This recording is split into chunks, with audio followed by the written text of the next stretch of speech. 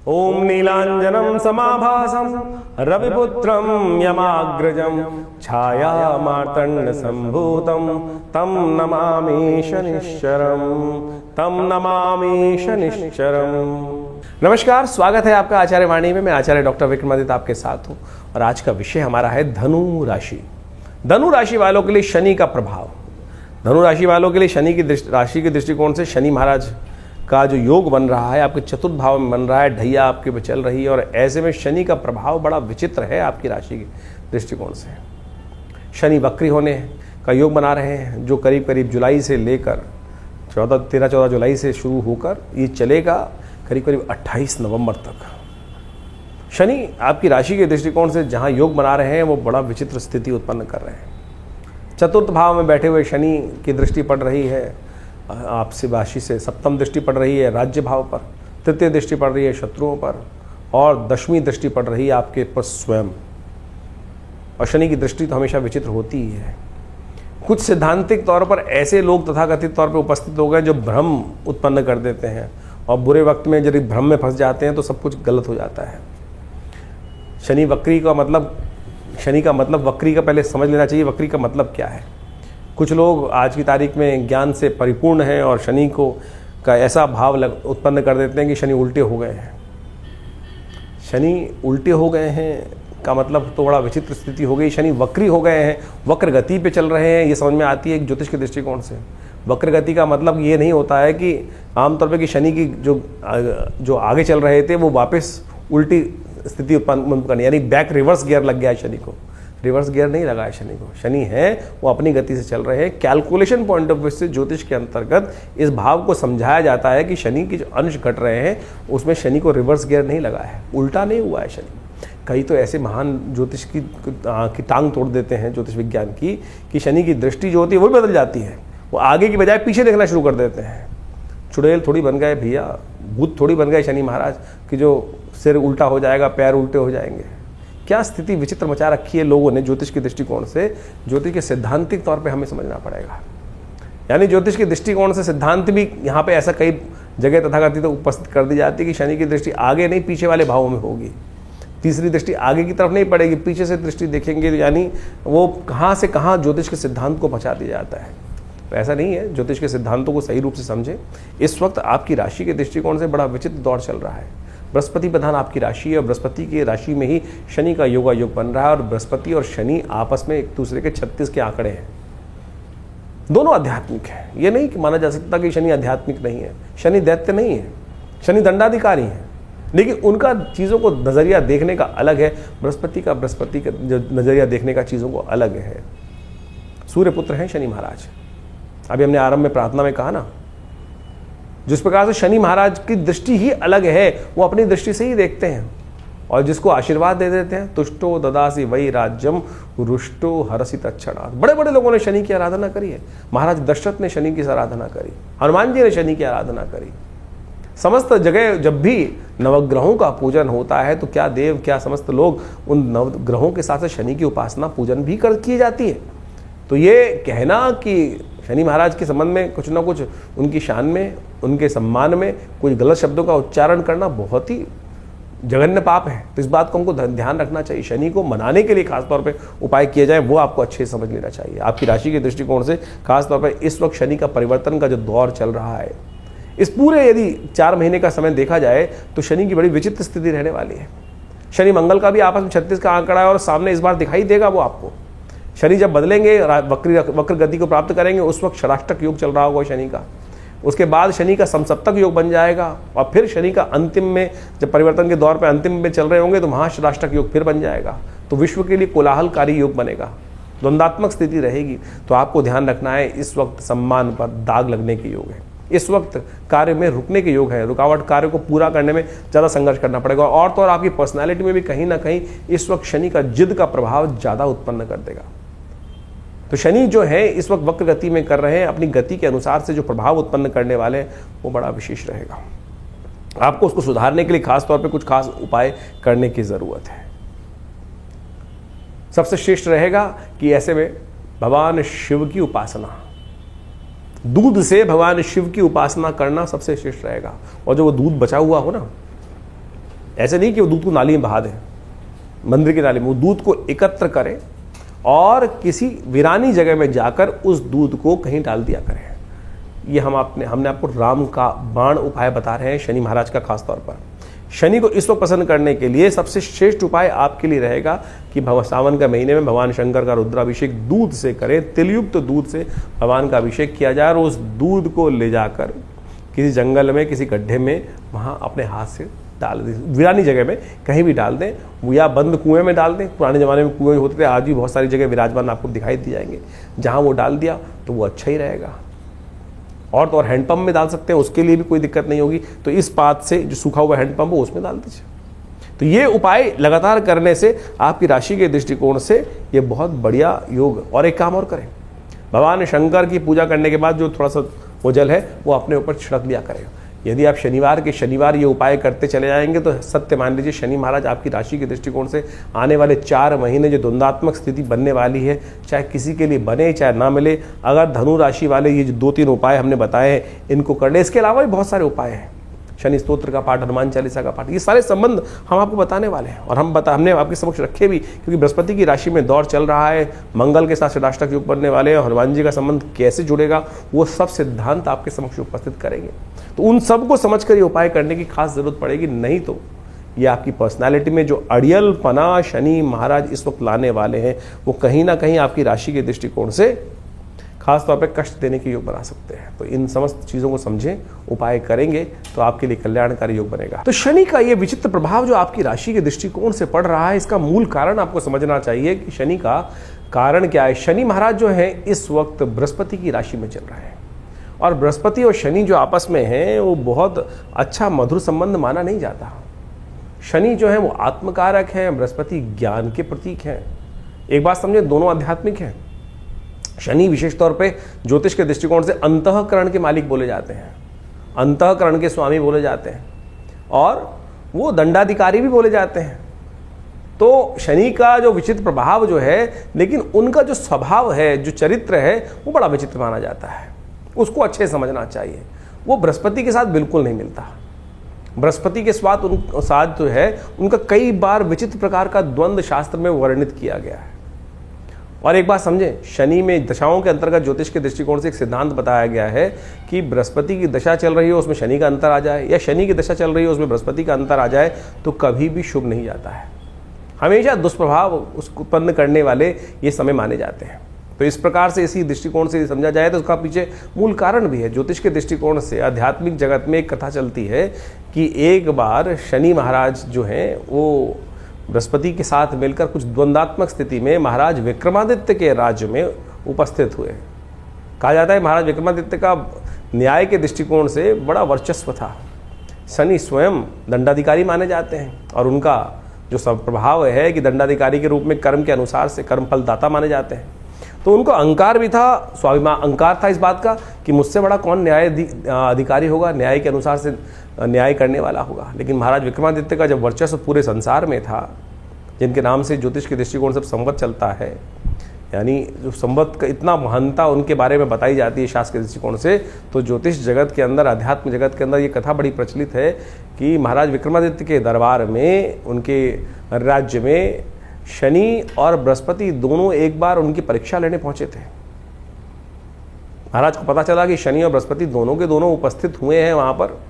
तो बृहस्पति महाराज देवगुरु माने जाते हैं, और कहा जाता है कि न्याय अधिकारी जो हो, दंडाधिकारी जो हो, वो किसी के वर्चस्व में नहीं आना चाहिए, किसी के दबाव में नहीं आना चाहिए।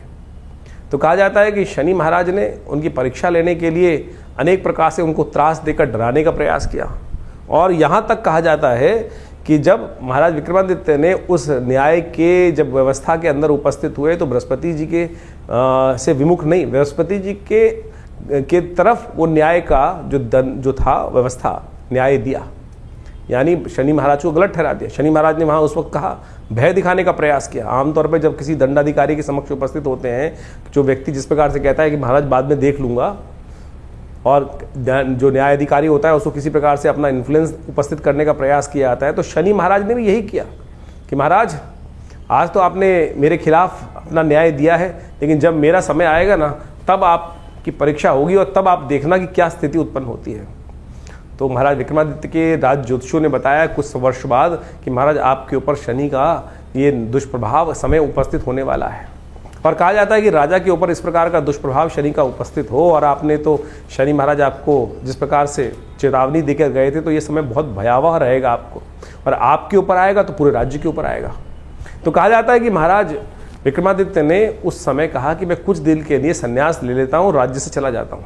कहा जाता है महाराज विक्रमादित्य अपने राज्य को कुछ दिन हटकर वहाँ से संन्यास की तरफ भ्रमण पे निकल गए और अपने साथ कुछ काशापण ले गए थे। कहा जाता है काशापण ले जाते हुए कहीं एक जगह शनि महाराज की ऐसी बुरी स्थिति हुई, शनि ने अपना इतना दुष्प्रभाव उनके ऊपर दिखाया कि महाराज विक्रमादित्य को बर्तन मांजने पड़े एक जगह। कहा जाता है कि जब एक जगह कहीं छोले खा रहे थे, चने खाने के लिए कुछ पैसे, उसको कहा कि भैया ये पैसे रख देता हूँ, वो काशापण स्वर्ण के काशापण थे, वो कोयले के बन गए। और जब उस छोले वाले ने, दुकानदार में हाट वाले ने देखा कि अरे ये काशापण जो इन्होंने रखे थे कहाँ है काशापण, ये तो कोयले हैं, तब उसे बर्तन महाराज विक्रमादित्य से बर्तन तक मंजवा दिए। लेकिन वो विक्रमादित्य महाराज तटस्थ, बिल्कुल हिल के डिल नहीं हुए कि जो है भाग्य में वो जिस प्रकार से रहेगा। तो बाद में कहा जाता है शनि महाराज ने आके उनको वरदान भी दिया कि आपकी परीक्षा हमने ली और आप उस परीक्षा में उत्तीर्ण हुए। तो ये प्रभाव कई प्रकार से है, यानी शनि और बृहस्पति का जो द्वंद्व है वो जगत प्रचलित है। और इस वक्त शनि महाराज बृहस्पति की राशि में ही चल रहे हैं, और बृहस्पति की राशि में चलते हुए शनि महाराज का प्रभाव, जैसा हमने आपको बताया आपकी राशि के दृष्टिकोण से होने वाला है, उसको अच्छे से समझ लीजिएगा। उसके उपाय जो बता रहे हैं वो कर लीजिएगा, जो उपाय बताए हैं उनको अच्छे से समझ लीजिएगा। शनि के संबंध में अनेक उपाय शास्त्र में वर्णित है। कहा जाता है ना, शनि को मनाए सदा सुख पाए। शास्त्र के दृष्टिकोण से आप समझ लें, शनि को मनाने के लिए शास्त्र में अनेक उपाय वर्णित हैं। जितना हो सके शनि को मनाने का प्रयास करना चाहिए, और शनि को मनाते रहेंगे तो जीवन में सुख पाते रहेंगे। शनि विशेष तौर पर जो प्रसन्न होते हैं आपके कर्म से ही प्रसन्न होते हैं। एक तो एक बात ध्यान रखें, जो गलत कामों में जाएंगे तो फिर शनि दंड देंगे ही देंगे। शनि दंड नहीं देते हैं, आपके कर्म ही आपको दंड देते हैं। इस बात को हमको भाव समझ लेना चाहिए। अब वो दंड या तो आप सह लें या फिर उसको पश्चाताप के तौर पर अनेक शास्त्र में जो तप के रूप बताए गए वो तप करें। मंत्र जब भी एक तप है।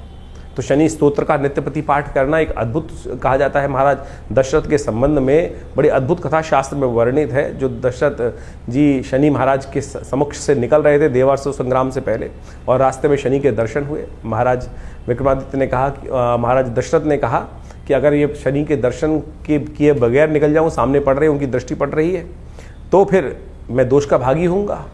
तो इसलिए उन्होंने शनि को प्रणाम किया वहाँ पर। और शनि का एक दिव्य पद्म पुराण के अंदर वो दशरथ कृत शनि स्तोत्र आता है, उसका वहाँ वर्णन मिलता है शास्त्र के दृष्टिकोण से। और कहा जाता है जो दशरथ कृत स्तोत्र का पाठ नित्यपति करते हैं, चाहे एक बार कर लें, शनि कभी भी उन पर अपना दुष्प्रभाव नहीं दिखाएंगे।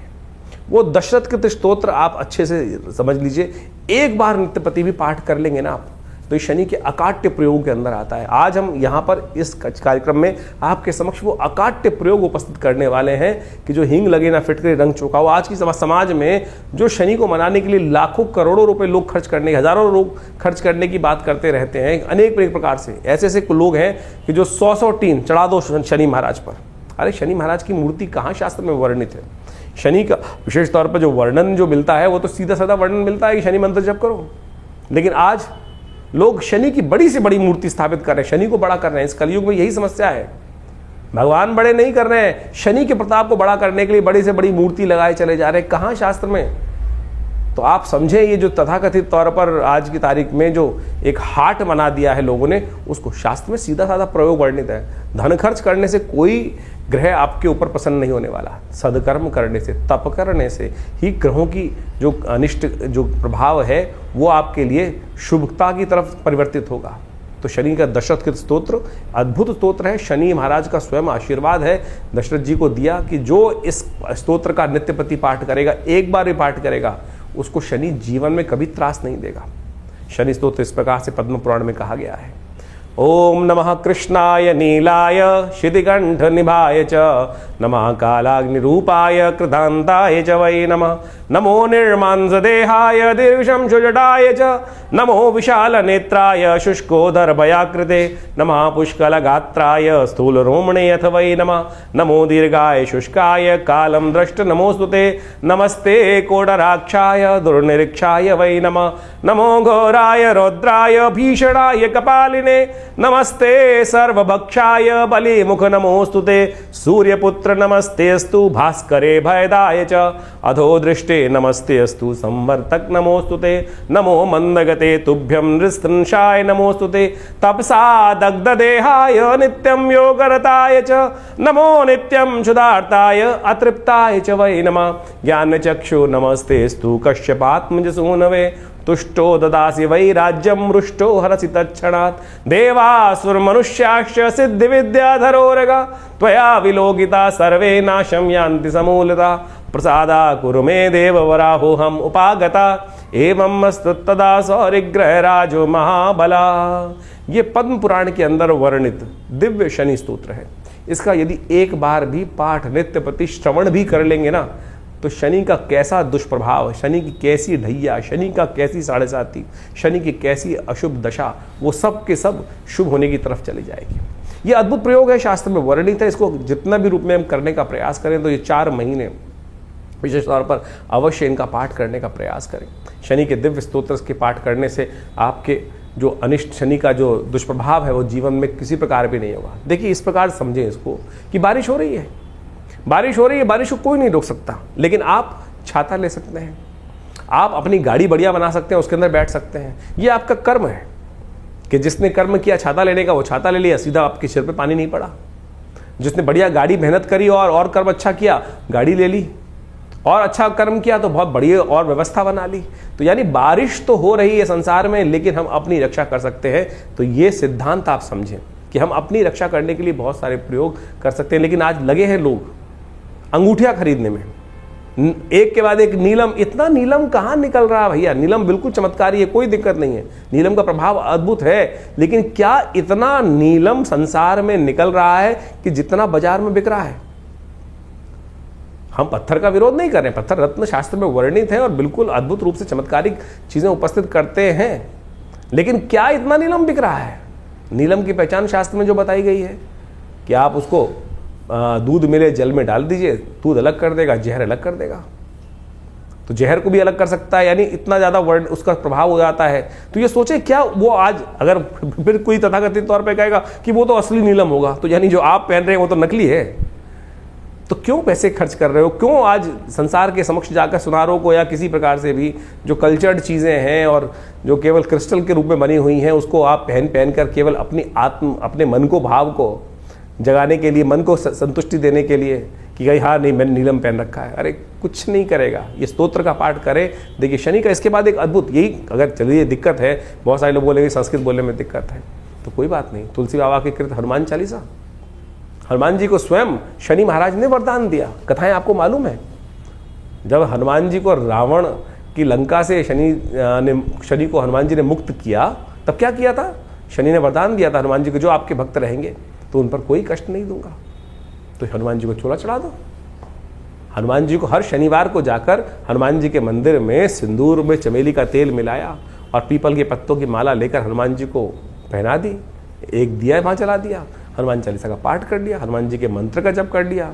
हनुमान तो चालीसा तो स्वयं सापर मंत्र है, सिद्ध मंत्र है, जो 7 बार पाठ। अब समस्या क्या है कि कैसे पाठ कर कल्याण करेगा? हनुमान जी ने कहा जय जय जय हनुमान गुरुदेव कृपा करो गुरुदेव की नहीं, जय जय जय हनुमान गोसाई कृपा करो गुरुदेव की नहीं। तो अगली लाइन में क्या बोला? जो 7 बार पाठ पढ़ जोई छूटे बंद महासु कोई। तो करो ना, सीधा सिद्धांत बताया गया है, तो क्यों नहीं होगा कष्ट निवारण का? लेकिन हम करना नहीं चाहते, हम आलसी हो गए, इस कारण से हमारी समस्याएं जीवन में चलती रहती हैं। तो इसलिए कोशिश ये करें इन समस्त चीज़ों को करने का प्रयास करें। शनि का मंत्र है दिव्य मंत्र, शास्त्रोक्त मंत्र है, तंत्रोक्त जो मंत्र बताया गया है, ओम प्रांग प्रींग प्रोंग से शनिश्चराय नमः, इसका मंत्र का जप कर लो। इसी तरह से पाठ है, कोई दिक्कत नहीं है। हमने आश्रम में, विवेकानंद योगाश्रम में व्यवस्था बनाई है कि हर रविवार को सुबह 8 से 10 बजे तक जो यज्ञ चलता है, भंडारा होता है, उसके बाद उसमें व्यवस्था है कि आप आइए, उस यज्ञ में बैठिए और कोई चार्जेस नहीं है, कोई चार्ज नहीं लिए जाते। आप आएंगे, बैठेंगे, यज्ञ करेंगे, बहुत सारे लोग अपने नाम से भी कराते हैं, सब चीज़ करते हैं। शनि स्तोत्र का यज्ञ कराते हैं, नवग्रहों के मंत्रों का यज्ञ कराते हैं, समस्त मंत्र, वैदिक मंत्र बहुत सारे हैं, उन सबकी व्यवस्था आश्रम पे समय समय पर चलती रहती है। तो आप बिल्कुल इस बात का भाव का ध्यान रखिए। ये मंत्र जो अब हमने रास्ते बताए हैं आपको, ये अद्भुत रूप से इनका प्रयोग करने का प्रयास कीजिए और बिल्कुल देखिएगा शनि का नेगेटिव प्रभाव बिल्कुल। लेकिन हाँ, अगर रास्ता ही आपने गलत पकड़ लिया, कई बार आप समझे, अगर आप किसी को बुखार है, पैरासीटामोल देनी है किसी को, लेकिन पैरासीटामोल की जगह कोई आपको प्लेन वाइट पिल दवाई सफ़ेद गोली बना के दे दे और फिर कहे कि भैया पैरासीटामोल बुखार नहीं उतार रही, क्रोसिन बुखार नहीं उतार रही, तो किसकी गलती होगी? कि आपने चेक किया नहीं किया कंपनी की दवाई असली थी कि नहीं थी, उसमें वो सॉल्ट था कि नहीं था? तो जो आपने नग पहन रखा है या कुछ और आपने जो उपाय कर रखे हैं, क्या वो शास्त्र विधि के अनुसार से ठीक भी हैं, सही पद्धति से बनाए गए हैं? जो नग आपने धारण कर रखा है, क्या उसको सही मंत्रों से सिद्ध किया गया है? ऐसे आप मूर्ति भगवान की मूर्ति लाके रखते हैं, केवल दर्शन के लिए मूर्ति रखते हैं या प्रतिष्ठित मूर्ति रखते हैं? रत्न तो आप धारण करते हैं तो उसको सही प्रतिष्ठित है कि नहीं रत्न, वो उसको प्रतिष्ठित किया गया है कि नहीं किया गया? फिर आप रत्न 24 घंटे पहने रहते हैं। हाथ पवित्र भी हुए, अपवित्र भी हुए, किसी की मरण शौच में चले गए, किसी की जन्म शौच में चले गए, तो रत्न का तो प्रभाव निष्क्रिय हो गया।